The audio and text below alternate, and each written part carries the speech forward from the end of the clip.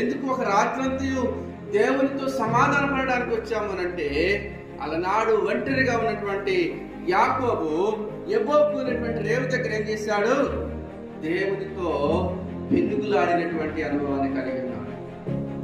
పెనుగులాట అనేది సామాన్యమైనటువంటిది కాదు. ఏమంటే పెనవేసుకోవడం అనేది మనం ఒక తాడులో చూస్తాం. ఏమండి వాళ్ళు ఆ తాడు పెనవేయడానికి ఎంత శక్తిని ఉపయోగిస్తారు.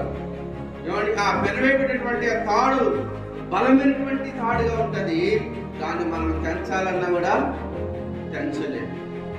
దేవునితో మనము అంటు కట్టబడ్డప్పుడు లేదా పెనవేయబడినప్పుడు మనలను ఏ మనుషుడు కూడా ఓడించడానికి అవకాశము, గట్టిగా చెప్పలు కట్టండి, ఏ మనుషుడు కూడా మనలను ఓడించడానికి అవకాశం లేదు. ఎప్పుడు అనంటే దేవునితో పెనుగులాడేటువంటి అనుభవాన్ని మనము మన జీవితంలో